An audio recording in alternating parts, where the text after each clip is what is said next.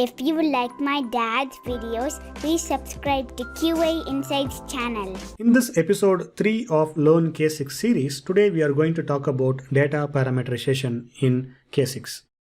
Data parameterization helps you to test your application using different sets of data for each iteration.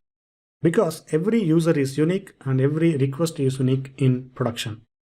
If you keep reusing your test data again and again, then you might not be testing the real world scenario.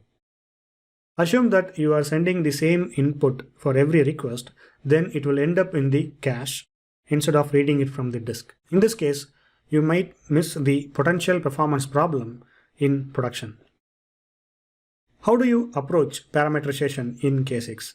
There are multiple ways you can do parameterization by leveraging the JSON, or you can read from the comma separated value, or you can leverage the third-party library like Faker.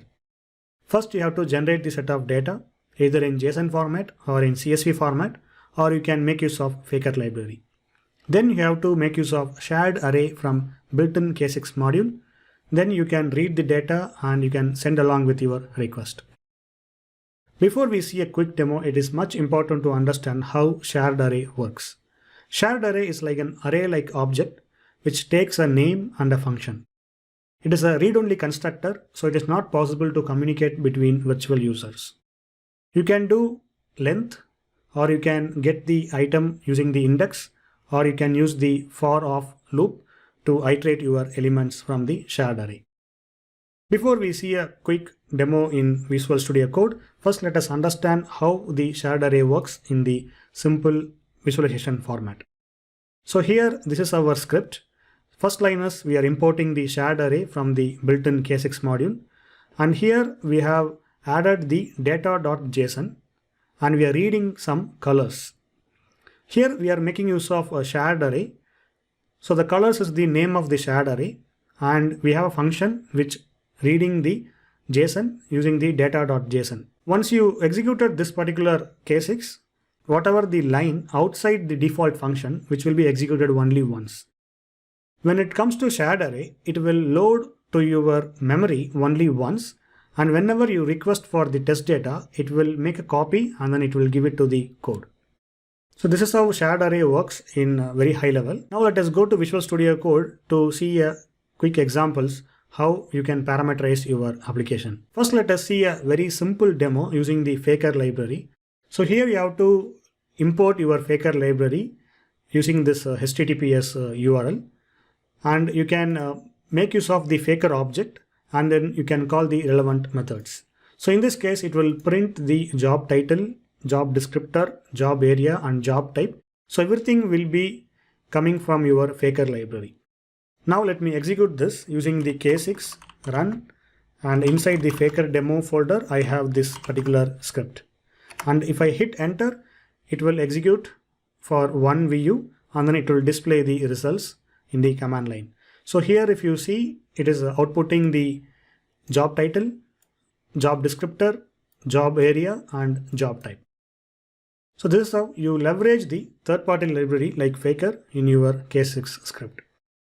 Since we are calling the third-party library, you have to always go to monitor the memory and the CPU utilization and other aspects, just to make sure you are not creating any bottleneck using this library.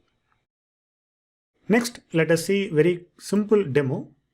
So here we have the data param demo.js, and I have the JSON file called tags. So tags has multiple sets of data like blue, green, skin, red, sport, and all.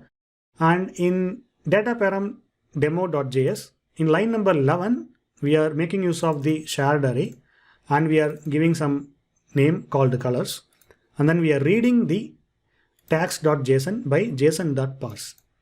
So here this will return the array-like object to data. Next, in line number 16, we are retrieving the random tags using the math.random function and data.length, and then we are storing that value in the random tag. And in line number 19, we are making use of random tag, and it will just read the values from the JSON, and then it will just send some random item from the array. Now let us execute this script in K6. Let us see the output. So here if you see the tags equals magic, green, sport, skin. So these are the random tags which has been read using the tags.json file, and by leveraging the shared array we were able to read the information and send along in the request. Now let us see how to read from CSV file in K6. So this is our simple script called csvread.js. To read CSV file, we have to make use of another third-party library called papa-parse. So here line number 3, we are importing the papa-parse from the jslib.k6.io. And in line number 13, we are making use of shared array. And line number 14, we are reading the CSV file using papa-parse.parse.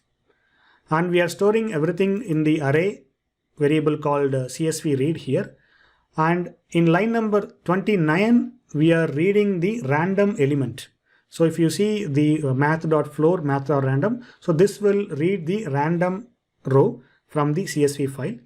And we are encoding it using the encoding.b64 encode. So again, for encoding and decoding, we are using the built-in library, line number 4 called k6/encoding. So if you see line number 34, we are encoding the username and password, and then we are sending it along in the request in line number 45. And line number 46, we are printing the username and the password and the HTTP status. Now let me clear my screen and let us execute this script. And if you see the output, we are trying to logging in using the user 8 and the password, which is not working because it is throwing 401 unauthorized. But if you see user 1 and password, which is giving the success response. So all the data is being read from the data.csv here. So only the line number 2 and line number 3 is valid credentials. Rest everything will fail if you try to log in using the credentials. So this is how you leverage the papa-parse or faker library or built-in JSON function to read the test data, send it along with your request. So this script is available in GitHub. You can check it out. I will post the link in the description. So if you have any questions, please let me know in the comments, and thanks for watching. Have a good day. If you like my dad's videos, please subscribe to QA Insights channel.